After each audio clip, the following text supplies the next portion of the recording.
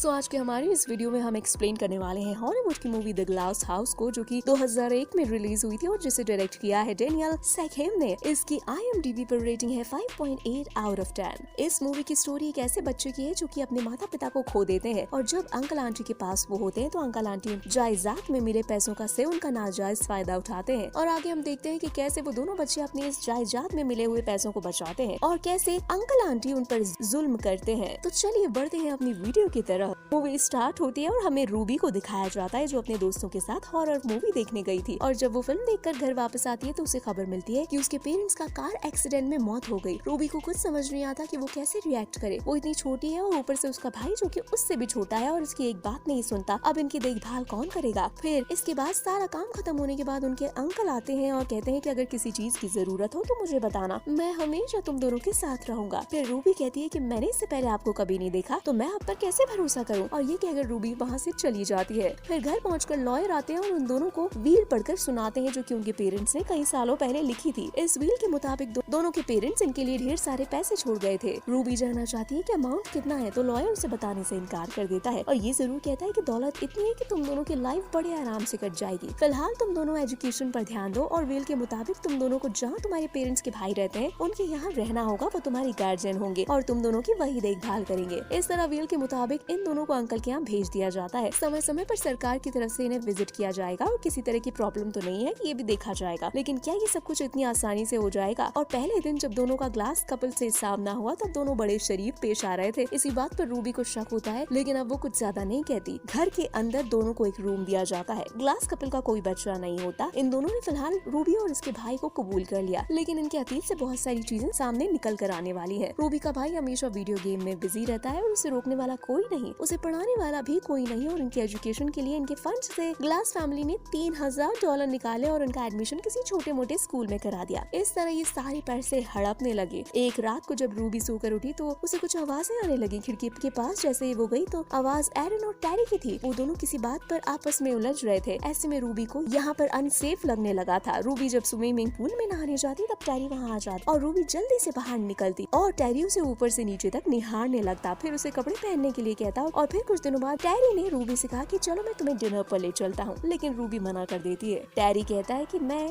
अच्छी गार्जियन के तौर पर तुम्हें हमेशा खुश रखने की कोशिश कर रहा हूँ और फिर रूबी हाँ कर देती है। वो दोनों डिनर पर जाते हैं और डिनर पर आने के वक्त टैरी उसे जब कार में लेकर आ रहा होता है तो उसे गंदी तरीके से छूने की कोशिश करता है लेकिन उस टाइम पर रूबी ये सब चीज इग्नोर करके चुपचाप घर आ जाती है। जब वो घर आती है तब देखती है कि एरन अपने अंदर ड्रग्स इंजेक्ट कर रही है। उसे बड़ी घबराहट होती है और कुछ दिनों में सोशल वर्कर उसे देखने आती है कि दोनों की परवरिश ठीक ठाक से हो रही है या नहीं। फ्रेंसी और रूबी ने एरन को अपने ड्रग इंजेक्ट करने वाली बात बताई और साथ ही टैरी जो कभी कभी रूबी के नजदीक आने की कोशिश करता था ये भी बताया। नैन्सी की ये सारी बातें जानकर टैरी और एरन को हैरानी हुई। एरन ने कहा कि मैं तो शुगर की दवाई इंजेक्ट करती हूँ, मेरे पास डॉक्टर की प्रिस्क्रिप्शन भी है। और टैरी ने कहा कि मैं ऐसा रूबी के साथ कभी कुछ नहीं किया। नैन्सी उस कमरे की छानबीन करती है जहाँ रूबी और उसके भाई रहते हैं। इसके बाद वो वहाँ से चली जाती है। फिर कुछ दिनों बाद रूबी को वो पेपर मिल जाता है जिसमें साफ लिखा होता है कि किसी ने $3000 निकाले हैं इनके फंड में से इनकी स्कूलिंग और ट्यूशन के नाम पर। लेकिन इनके एजुकेशन में तो ऐसा कुछ भी नहीं हो रहा। रूबी को तो उसके स्कूल में भी अनरजिस्टर करवा दिया गया है टैरी ने और ये सब पता चल रहा होता है।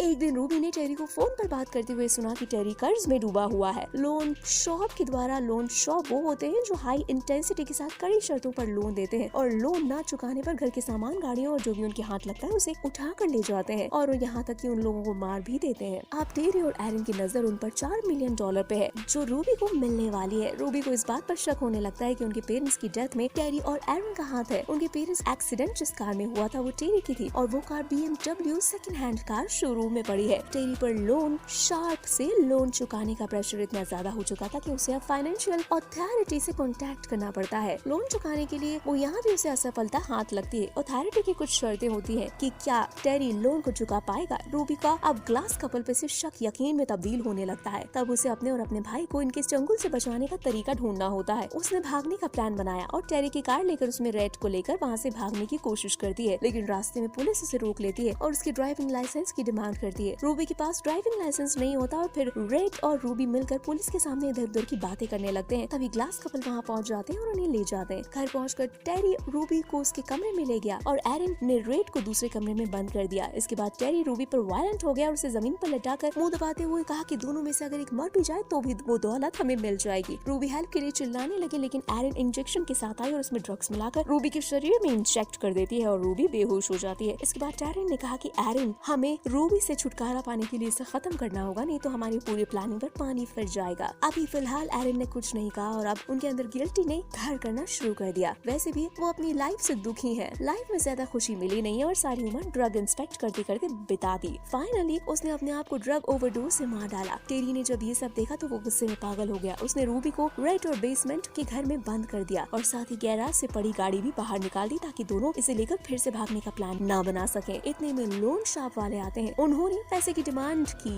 जब टेरी ने बहाने बनाने शुरू किए तब उन्होंने उसकी जैगवार और फरारी ली, लेकिन टेरी ने उनसे विनती करते हुए कहा कि जैगवार की जगह दूसरी कार ले जाओ। और ये सारी बात रूबी बेसमेंट से सुन रही थी। उसने खिड़की से निकलकर उस कार के टायर को पंचर कर दिए जो लोन वाले ले जाने आए थे। लोन वाले जब कार लेने गए तो उन्होंने देखा कि गाड़ी पंचर है। ये देखकर लोन वाला ने टेरी को कार में बैठाया और उसे पकड़कर ले जाने लगे। रास्ते में अचानक से कार के ब्रेक फेल हो गए और कार का एक्सीडेंट हो गया। पहाड़ियों से कार नीचे गिर गई। लोन शॉप तो मारे ही गए और साथ ही एक्सीडेंट में टेरी भी घायल हो गया। रूबी रेड को लेकर घर से निकल पड़ती है। रास्ते में लोकल पुलिस वाले उन दोनों को हेल्प ऑफर ठुकरा देते हैं और ये दोनों पुलिस की गाड़ी में बैठकर वहाँ से जाने लगते हैं। लेकिन रास्ते में एक एक्सीडेंट वाली जगह दिखाई जाती है। पुलिस इंस्पेक्टर वहाँ पहुँचता है जहाँ टेरी उठने की कोशिश कर रहा था। टेरी ने लोकल पुलिस को ही मार दिया और अब ऊपर आकर रूबी और रेड पर अटैक करने वाला होता है। तभी रूबी ने कार स्टार्ट करके उसके ऊपर चढ़ा दी और इस तरह से टेरी की मौत हो जाती है। कुछ दिनों बाद हमें रूबी और रेड अपने पेरेंट्स की कब्र पर फूल चढ़ाते दिखते हैं। इनमें अंकल भी साथ होते हैं और उन्होंने कहा कि बच्चों फिक्र मत करो, सब ठीक हो जाएगा। फिर रूबी ने कहा कि अब सब ऑलरेडी ठीक हो चुका है और उसके बाद सब निकल पड़े अपने घर की ओर। इसी के साथ मूवी यहाँ पर खत्म हो जाती है। तो क्यों दोस्तों, इस मूवी की स्टोरी आपको कैसी लगी हमें कमेंट सेक्शन में कमेंट करके जरूर बताएं। और अगर वीडियो अच्छी लगी हो तो इसे लाइक करें, अपने दोस्तों के साथ शेयर करें और अगर आप हमारे चैनल पर नए हैं तो जल्द से जल्द हमारे चैनल को सब्सक्राइब कर लें ताकि हमारी और भी इसी तरह की इंटरेस्टिंग वीडियोस आपको देखने को मिलती रहे सबसे पहले। धन्यवाद।